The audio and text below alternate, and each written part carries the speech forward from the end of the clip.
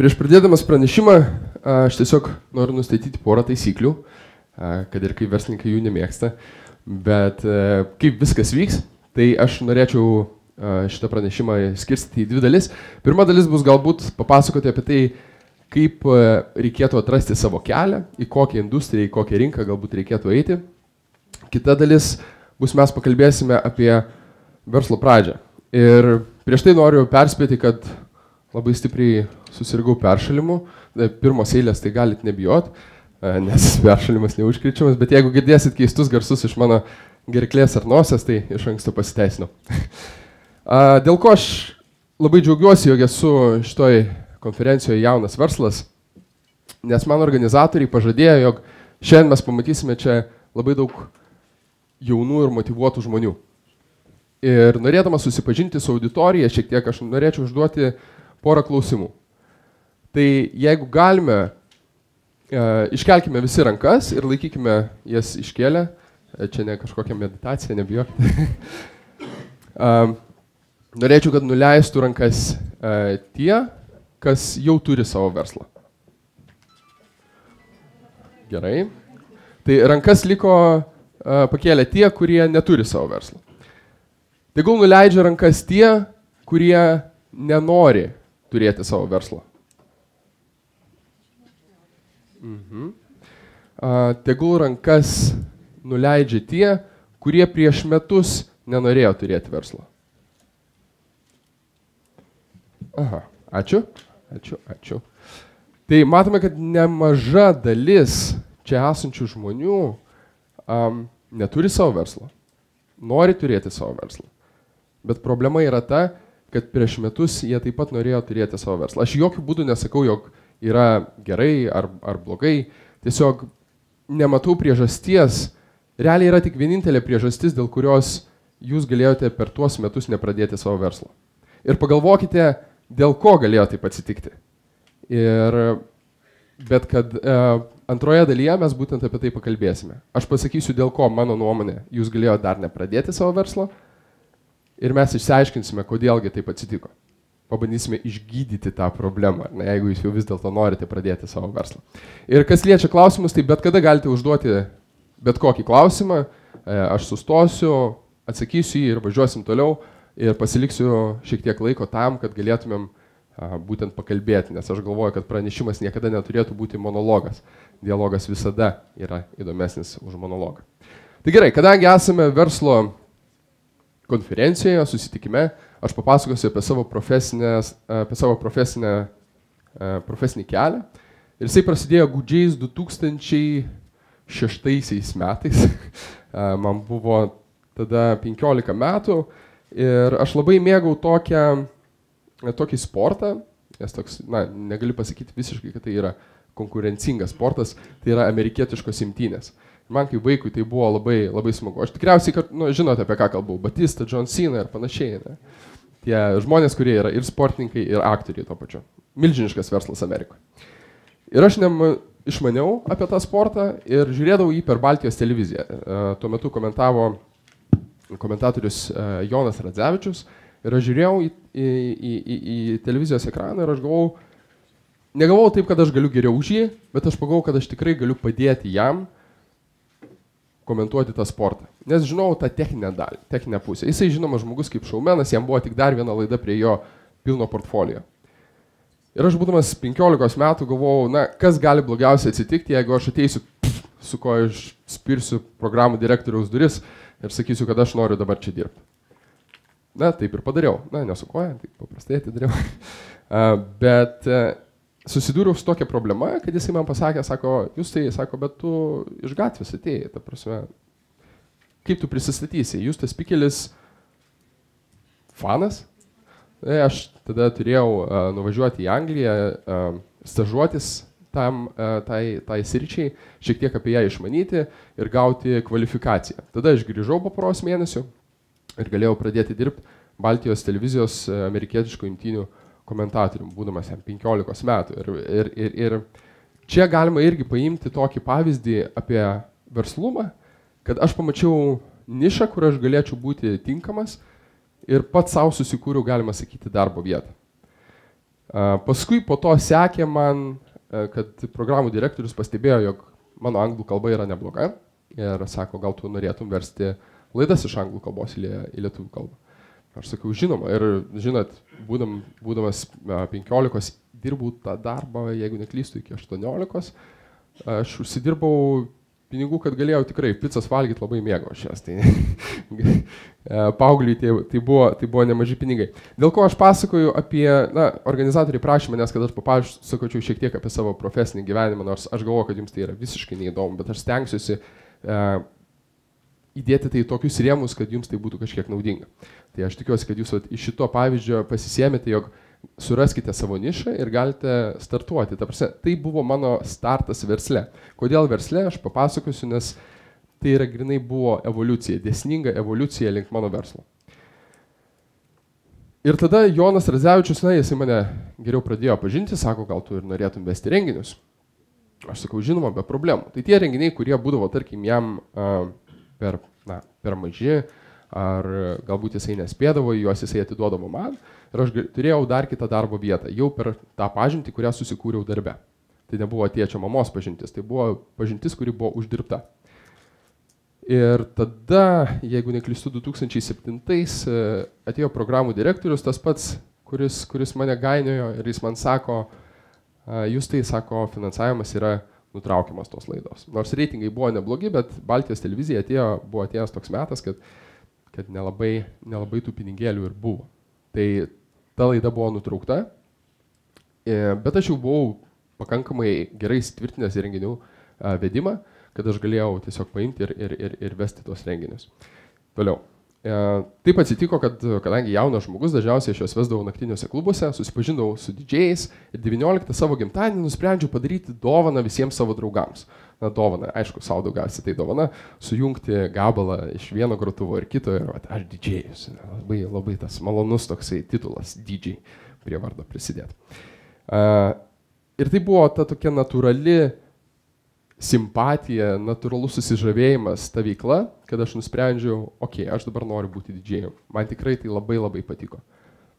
Ir aš pradėjau, susipirkau visą įrangą, kurią reikėjo išmokti, būti didžėjum ir po poros mėnesių, po 2 mėnesių jau pradėjau tiek pat pinigų uždirbti, kiek dirbamas Baltijos televizijoje. Tai ta tranzicija, jeigu yra toks lietuviškas žodis, Andriau, aš nežinau, teisus ar aš ne.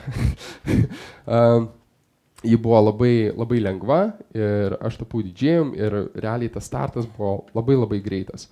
Per metus, jeigu neklystu, pradėjau groti visiškai visose geriausiuose Lietuvos klubus. Tai kad kažkiek apipavidalinti, tai aš nežinau, gal nors man padės prie kompiuterio prisijungti. Ne, labai toli nuo to negaliu pasakyti, kad tai buvo elektroninė šokių muzika, į ką įeina ir drum and bassas ir dubstepas, bet tai nebuvo ta mano pasirinktinė muzika. Tai buvo dažniausiai komercinė šokių muzika, kuri yra labai populiari. Taip pat aš atpažinau tą rinką, į kurią reikėtų eiti. Jeigu būčiau nuėjęs su drum and bassu ir dubstepu, tai ne tik ko gero čia nestovėčiau, jeigu stovėčiau, tai su dreadais gal, nežinau. Taip. Kaunas, gražiai užvadinti. Galima pradėti, ne? Jo, į vieną šuniuką. Ir čia automatiškai aš pradėjęs groti, aš pamačiau, kad gerai. Čia yra mano renginių organizavimo firmos suorganizuotas vakarėlis G4, kuris turėjo 15 savo serijų. Jeigu galima užgesinti šviesas įmanoma, ko gero ne? Ir vienas iš jų, ko gero didžiausias, vyko ant Ozo prekybos centro stogo.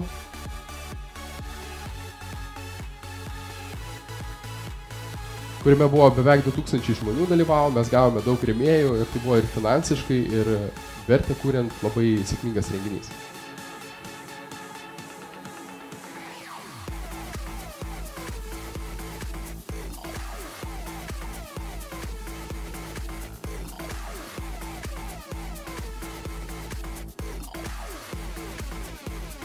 Žinoma, tą renginių seriją organizavau ne vienas, tai buvo komandos darbas, apie ką aš labai norėsiu pakalbėti paskui verslo etape mūsų pranešimo.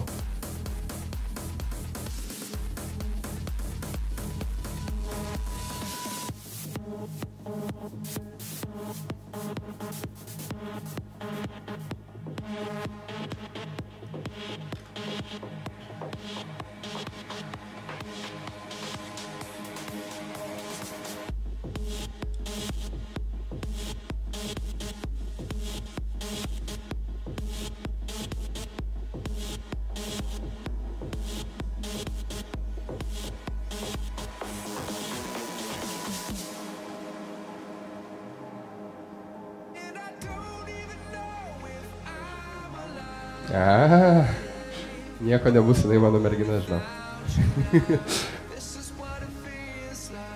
Kas liečia irgi, tai yra filmavimas irgi yra komanda, kas yra labai svarbi dalis, multimedia, social media, kaip tu skleidi savo žodį, duodi tą vadinamą content marketingą, kur tu, čia mūsų rėmėjai, žinoma, prašom, kreipdėmėsi. Tai čia yra renginių organizavimo tas etapas, kuris užėmė labai didelę dalį. Ir per šitą prizmę aš gavau pažintį su tokio mažos kavinukės stikliai savininkais. Jie mane pasikvietė, nežinau, girdėjo kauniečiai tikriausiai, ne?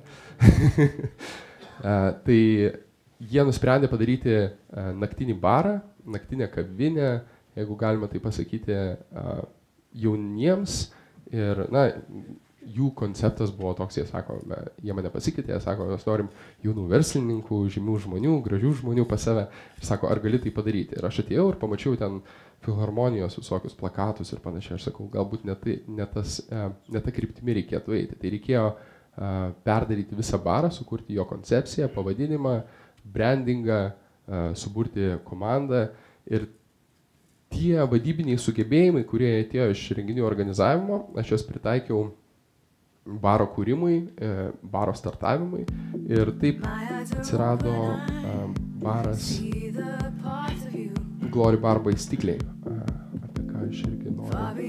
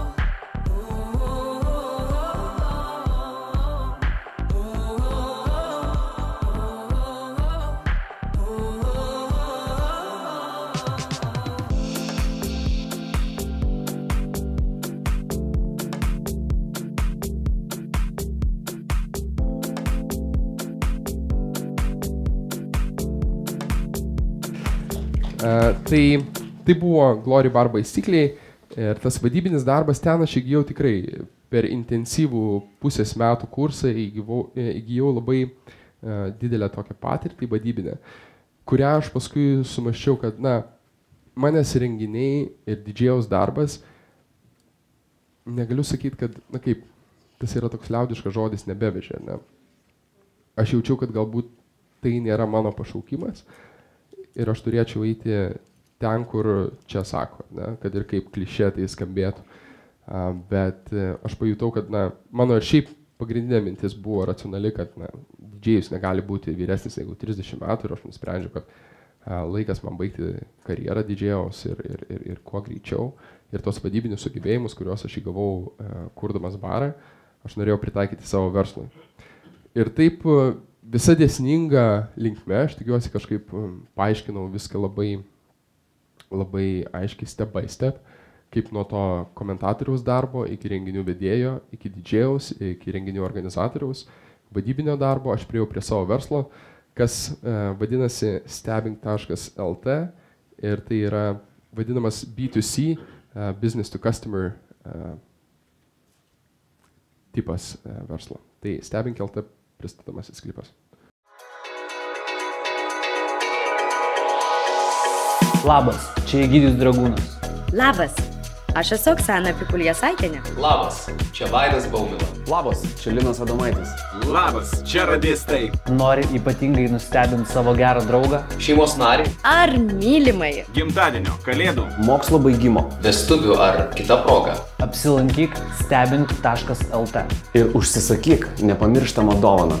Mūsų asmeninė. Video pasveikinimą. Specialiai tavo šventei. Apsilankyk Stebink LT. Stebink LT. Šitas verslas man padėjo eiti į verslumo skatinimo programą. Na, panašiai kaip čia kalbėjome, tiesiog man tos pinigus atidavė. Tai buvo konkursas, kuriame dalyvavo, labai atsiprašau, kuriame dalyvavo praktiškai 200 idėjų ir Stebink LT atrinko kaip vieną perspektyviausių tarp 8 geriausių, kuriuom buvo skirta didelė piniginė suma ir ES parama 1,5 metų vystyti tą verslą. Pagrindinė mintis to skatinimo programos buvo tai, kad sukurti technologinę įmonę. Čia nėra visiškai technologinė įmonė. Technologinė įmonė buvo sukurta pasitelkus didelę komandą žmonių, kurie techniškai išmano tos dalykus ir mes sukūrėme platformą, kuri kūrė dabar suasmenintą video reklamą. Tai netrukus gausite kiekvienas, aš manau, iš brandų didelių naujienlaiškius, kuriuose matysite, jog žymus Lietuvos žmonės sveikinasi su jumis vardais ir įmeta kažkokią reklamą tuo pačiu. Tai čia yra Stebink LT ir aš tikiuosi, kad dėsningai papasakau viską ir kažkiek pasisėmėte iš tos mano ilgos, bet neilgos ir įdomios, bet neįdomios profesinės istorijos. Tai pirma dalis kaip ir užbaigta. Jeigu kas nors turite klausimų, kelkite rankelę. Mes einame dabar po truputį, judame ties antra dalimi, apie ką mes kalbėjome dėl verslo. Man dar klausimas būtų, kiek aš laiko turiu? Laiko dar yra apie 20 daugiau minučių. Oi, labai gerai. Dar gal klausimų, kaip tik kokiam 2-3 minutėm porą klausimų ir užtektų. Tuoj, sekundę. Mano išsilavinimas vidurinis. Aš esu aš labai didžiuojasi tuo, jog pačiu laiku po 3 kursų išėjau iš teisės fakulteto. Mano taip jau giminiai buvo surėdyta, jog gimė mažas pikeliukas advokatėlis. Ir tėvai niekada nebuvo taip, kad spaudė būtinai tu juo būsi ir niekaip kitaip. Bet aš pajutau, kad tai yra ne man ir aš pačiu laiku tai supratau. Apie švietimo sistemą apskritai galėtume mes labai ilgai kalbėti. Išsilavinimas yra labai reikalingas žmonėms, kurie yra, manau, inžinieriai, medikai, teisininkai. Kas liečia verslą, lai nesupyksta niekas, kas atstovauja, nežinau, verslo universitetą, bet aš manau, vienintelis yra Lietuvoje universitetas, kuris gali paruošti gerą verslininką. Visi kiti įdeda į tokius rėmus, kurie nėra labai teisingi. Tai mano išsilavinimas toks, tai atsakiau klausimą. Taip. Aš šiaip dabar esu ASM labai intensyvioj programai, kuri padeda vystyti tas idėjas, nes jinai yra platforma, per kurią ES išreiškia savo paramą. Tai mes esame tokiam akceleratoriui verslo, kuris trunka 1,5 metų. Esame ofise su dideliais verslais, į kuriuos irgi yra investavę Lietuvos rizikos kapitalo fondai, kaip pavyzdžiui Nexttree Ventures, kas yra Ilja Laurso fondas. Ir mes dirbame ties savo idėjomis ir mes turime labai daug konsultantų ir galime lankyti visas paskaitas. Formalaus išsilavinimo mes negauname, bet žinių tai tikrai yra nemažai, kurios yra praktiškai pritaikomos. Nesvarbu, man ta prasme, gražu ar negražu šitam tarpe aš komplekso nebeturiu. Taip. Tiesiog manote, kad užtenka kursų tam, kad turėtum savo verslą, kad turėtum sėkmingą verslą, kažkokių kursų, nei teorijų, nei išsilavinimo, manote, kad reikia? Aš manau, tai kenkia išsilavinimo. Na, žiūrint, apie ką mes kalbam. Jeigu mes kalbam apie verslo vadybos išsilavinimą, tai jisai būtent verslo kūrimui, kad jisai padės, tai yra labai minimali dalis. Jo labiau, kad žmonės galvoja, jog jie bus verslininkai eidami ir mokindamasi ekonomiką. Tai irgi didelė problema. Jūs eidami, studijuodami kažkokią, nežinau, bioinžineriją, jūs žymiai daugiau galėsite pasiekti versle negu tas žmogus, kuris studijuos versle. Na, tai yra visiškai praktika, nes man tenka bendrauti dažnai su žmonėm baigusiais, dažniausiai bakalauro arba magistro studijas verslo vadybos. Ir tada aš iš tiesų jaučiu tikrai problemą tame, kad tie žmonės yra įspausti tokius rėmus, verslą vystyti jiems universitetas nepadaro to lengviau. Bet tai manau, kad, sakykime, tada verslą turint, ar ne, nereikia išmanyti net truputėlį ekonomikos, tų pačių finansų ar vadybos kažkokių, tai tiesiog jums užtenka to, kad jūs galite laisvai prieš auditoriją kalbėti, ar ne, laisvai bendrauti, ir kažkur, sakykime, prasisteigti vienoje kitoje vietoje, gauti tam tikrų pažinčių. Ne, tai prasme, finansus išmanyti yra labai reikalingas dalykas, ekonomiką išmanyti, irgi, ta prasme, nepakenks tie dalykai. Vadybinės žinios, tos teorinės, jos iš tiesų, ta prasme, man tenka bendrauti su pačiais dėstytojais ir jie sako, kad mūsų yra tokios programos. Aš manau, kad iš tiesų, ISM yra būtent ta verslo mokykla, kuri gali paruošti, vienintelė mokykla, kuri gali paruošti tikrai gerą verslininką. Bet jeigu nori pradėti verslą, nėra geresnio būdo, kaip tiesiog jį pradėti. Laukti, kad gausi diplomą, yra problema. O užsienyje, pavyzdžiui, Silicio slėnyje, sako, kad žmogus, kuris studijuoja verslo studijas ir tuo pačiu kuria verslą, niekada neinvestuoja į tokius, stengiasi vengti tokių startupų, tokių verslų, nes tu turi būti susikaupęs ties vienu tikslu. Tai tu pasirinkti, ar susikaupti ties savo bakalauro studijomis, ar susikaupti ties savo verslu. Netgi Stanfordo studentams. Aš labai trumpai norėjau, kad jūs formuluotumėte į sakinį ar du, tai kaip atrasti savo kelią? Manau, kad jeigu aš sugebėčiau tai suformuluoti į vieną arba du, tai aš jau prašyčiau ir Nobelio premijas. Bet, galbūt lengviausia būtų padaryti tai, kad paimti vietą, kur jūs esat kompetitinga arba kompetitingas, ir vietą, kuri jūs traukia, kuri jums yra įdomi, kas jums patinka. Ir surasti santykį tarp to, kuris būtų aukso viduriukas. Nes iš tikrųjų labai didelė problema yra žmonės sako, aš darysiu tai, ką aš mėgstu, ką aš myliu ir panašiai. Aš niekada nebūsiu ten Hollywoodo aktorius ar NBA žaidėjas, kad ir kaip aš stengsiuos, kad ir kaip aš mylėsiu tą veiklą. Man tai nepavyks padaryti. Bet jeigu aš sugalvosiu kažką, kad aš esu, tarkim, labai turiu gerų vadybinių sugebėjimų ir tuo pačiu aš labai noriu būti Hollywoode, galbūt aš turiu didesnių šansų būti kažkokio aktoriaus vadybininko. Ir būti industrijoje, rinkoje toj, kuriai aš myliu, bet taip pat ir kažką sugebu. Ir visiškai irgi kita priešprieša žmogus, kuris kažką ypatingai gerai daro, bet jis tos veiklos nelabai mėgsta. Aišku, jau geriau yra kažką daryti labai gerai ir būti ten, nes darydamas tai, kad tu darai labai gerai, po truputį galbūt ir pamilsi tą sferą. Bet sakau, problema yra ta, kad yra dvi šalės ir reikėtų surasti tą santykį, kuris būtų aukso viduriukas. Truputį daugiau negu 2 sakiniai, bet... Tikriausiai čia galim, jeigu aš galėčiau beklausydamas, turbūt reikia apsispręsti, ar tu verslininkas, ar verslo vadybininkas. Čia yra turbūt esmė, nes verslininkas nuo vadybos ir skiriasi tom, kad tai yra idėja, tai yra kas veža į priekį, o ne tik darbas, ne tik kažkokia meistrystė vadybos turbūt. Galima sutikti, bet tada galima irgi tos terminus įskirstyti į gal mes jau kalbam apie verslininką, kuris daugiau yra investuotojas ir panašiai. Šiaip apie idėjas irgi, jeigu kas turit klausimą, tai galim pakalbėti. Idėjos yra labai, labai svarbi dalis. Šitą idėją duše, kaip ir visas idėjas.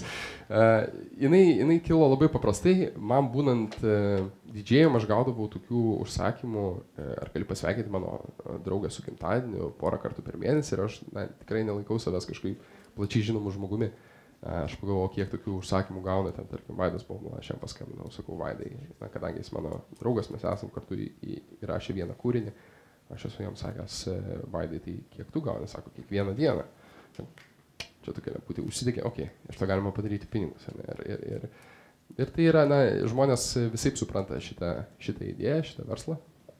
Tai yra daugiau vis dėlto linkėjimų perdavimas, tai nėra taip, kad tu nupirki tą žmogų, jo jisai pasveikintų su gimtadieniu ar panašiai. Dažniausiai tai būna taip, kad ten Artūras turi draugę Ievą ir tada Vaidas Baumila perduoda linkėjimus Artūro Ievai. Na, tiesiog tokia gražiai įdomi dovana, nes problema yra tikrai ta, kad mes turime stygių originalių dovanų. Taip. Aš noriu paklausti, o tuos stebint visus sveikinimus perduoti šitos žvaigždės, šitie žmonės ar jau kiti yra? Ne, mes turim 34 narius šiuo metu. Jonas Valančiūnas yra? Yra. Tikrai taip, Joną Valančiūną gali taip pat sakyti. Rašykite info@stebint.lt. Taip? Jeigu neklystu, tai 900 litais brangiausias sveikimas. Prašau? 900 litais litų brangiausias. Brangiausias iš tiesų, mergaitė atsieis labai brangiai Jono Valančiūno sveikinimas, 5000 litų. Bet mes esame laimingi, kad tuos pinigus Jonas skiria fondams labdaringiams. Mes nuo Jono pasiėmėme tik tai tuos mokesčius, tik tai tą mokestį, kuriuos mes turėtume užmokėti už mokesčius, ar turėtume užmokėti už savo kaštus, kad neįtumėm į tą vadinamą lietuviškai minusą, ne? Ir tiek žinių. Beje, dar gausit kamuolį pasirašyti. Jeigu guodžia.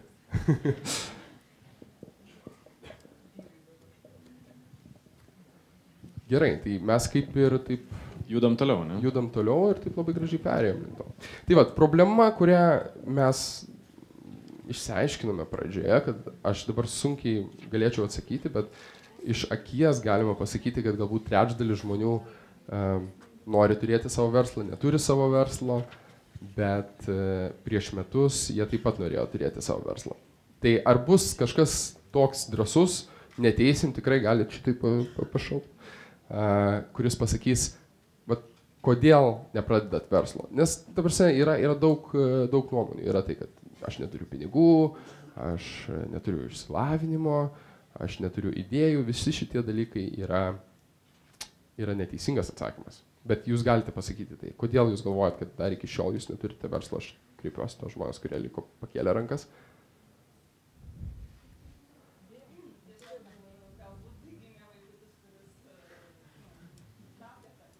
Aha, supratau. Tai aš patirties tame neturiu. Greičiausiai ir neturėsiu, jeigu Arnoldo Švarcnegerio filmas nebus taps mokslinė fantastika. Bet šiaip pavyzdžių moterų, kurios susilaukia vaikų ir daro verslą iš namų ir rūpinasi tuo pačiu ir savo vaiku, tikrai yra. Tai nėra kažkoks... Beje, Lietuvoje toj pasirodys toksai produktas, kuris leidžia vaikui užmigti labai greitai, ne apie klofeliną mes šnekam. Mes šnekam apie tokį drabužėlį, kuris bando, dėl ko vaikai neužmiega, tai atsibunda ir pradeda rėkti dėl to, kad jie galvoja, kad jie krenta ir tada, kai jie ištiesia savo rankytės, jie galvoja, kad neranda už ko sučiupti. Tai atsiranda tokie kombinezonai dabar, kurie sustabdo jų rankytės ir jie galvoja, kad jie vėl saugus ir vėl užmiega. Tai yra jūsų verslo pradžia, man atrodo. Ne, iš tiesų, aš nelabai nesu kompetitingas, kad galėčiau atsakyti į tą klausimą, bet aš žinau pavyzdžių, dėl ko nėščios moteris ir ką tik susilaukusios vaikų moteris pradeda vis dėlto verslą. Taip.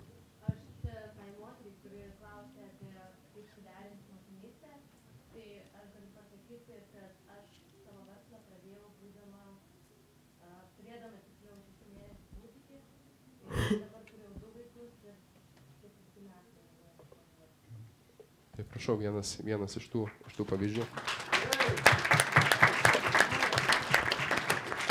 Aš girdėjau dar vieną dalyką, kad žmonės bijo ir tai yra labai pateisinamas pasiteisinimas. Ne?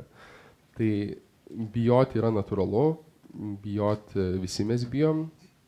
Dėja, verslininkai yra tokie žmonės, jie tikrai nėra taip, kad jie nebijo rizikos. Ne? Visi mes bijom rizikos, visi mes turime tą išlikimo instinktą, kuris sako, kad o dabar tu nebeturėsi pinigų, baba. Bet jie turi toleranciją rizikai. Aš nežinau, tai dažniausiai netgi nebūna išvystyta tolerancija, tai būna gal įgimtas toks dalykas. Turime suprasti ir tai, kad ne kiekvienas gali būti verslininkas. Verslininkas, jeigu reikėtų uždėti lygybės ženklą kažkokiam vienam žodžiui, tai būtų, aš taip pat manau, lyderis. Ir niekas lai nesupyksta, bet ir niekas lai nepaprieštarauja, kad ne kiekvienas iš mūsų gali būti lyderis. Moksliškai yra įrodyta, kad lyderių gali būti 1 iš 40, jeigu neklystų žmonių. Aš galiu nuraminti šiek tiek jūs, kad tas skaičius čia yra gerokai mažesnis, tas santykis sumažėja, nežinau, gal 1:10, 1:5, gal 3 iš 4, nedarau mokslinio darbo, negaliu pasakyti apie tai. Bet kadangi jūs čia skiriate savo laiką, būdami ketvirtadienį, pakankamai ankstyvą laiką ateiti čia, tai jau rodo, jog jūs imatės kažkokių veiksmų, kaip amerikiečiai sako, jūs esat proactive. Jūs reaguojate į aplinką iš savo prizmės, ne? Jūs negulit lovą ir galvojat, aš geriau dar paskraulinsiu savo Facebook newsfeedą, ne? Kas yra visiškai laiko švaistymas, ką aš irgi darau. Bet aš sakau, tai yra, ta baimė yra natūralu, jeigu jau nori, yra tas noras didelis pradėti verslą, tai irgi yra vienas amerikiečių toks posakis, fake it till you make it. Tai, tiesiog dirbtinai eik į priekį, ženk tą žingsnį ir daryk verslą, nes jeigu tu pradėsi tikrinti vandenį su kojytė, taip truputį tik tais, ar šaltas ar ne, kažkas šoks į vandenį ir tikrai tave aplenks. Tai reikėtų pasakyti, okei, aš surizikuosiu. Ir tada savo pasakyti, kas blogiausia gali atsitikti. Prarasi visus pinigus, ne? Tai nėra blogai, prarasi pinigus, bet pinigai yra toks dalykas. Prarasi visus savo draugus, bet prarasi, tik tuos tiksliau, kurie nebuvo tavo tikrieji draugai. Reikia būti, užsiauginti odą. Ir geriausia galbūt, kaip būtų galima tai padaryti, kad pradėti verslą, aš manau, verslo pradžia prasideda nuo to, kad jūs pradėti dirbti to industrijoje. Tas posakis, kad aš dirbu McDonald'e tam, kad galėčiau atsidaryti savo franšizės McDonald'ą. Jis skamba juokingai, bet tai yra iš dalies tiesa. Jūs turite pradėti dirbti toj srity, pasižiūrėti, galbūt paimkime tą patį pavyzdį, galbūt restorane, kuriame aš dirbu, aš noriu atsidaryti savo restoraną. Blogiausia idėja, kokia gali būti, bet toks pavyzdys. Jūs pradedate žiūrėti, kokias vadybinės klaidas daro jūsų direktorius, kur galima būtų pasistengti labiau, netgi kontaktus galite pradėti rinkti iš tiekėjų ir panašiai. Tai galima pritaikyti praktiškai bet kokiai industrijai. Ką aš čia irgi padariau, aš nepradėjau iš karto verslo nuo metalo pramonės kažkokios, tarkim, ne? Aš pradėjau nuo šou verslo, kur aš ir anksčiau buvau, būdamas didžėjus, organizuodamas renginius. Aš sukūriau produktą, kuris mane irgi domino startupai, kurie, labai atsiprašau dar kada, tai mane domino labai startupai ir aš žinojau tai, kas yra šou versle, prisimena tą pavyzdį, kad tai, ką tu mėgsti ir tai, ką tu sugebi, ir aš pabandžiau sujungti tuos dalykus. Paskui per Europos Sąjungos verslumo skatimo programą įdėjau daugiau tos techninės dalies, dar labiau prie startupų priejau ir mano sekantis verslas, kuris jau po truputį yra vystomas, jis bus dar labiau susijęs su technologijomis ir su startupais ir toliau aš jau padėsiu tą šou verslą, kur aš sugebu, bet aš nesu labai didelis jo gerbėjas.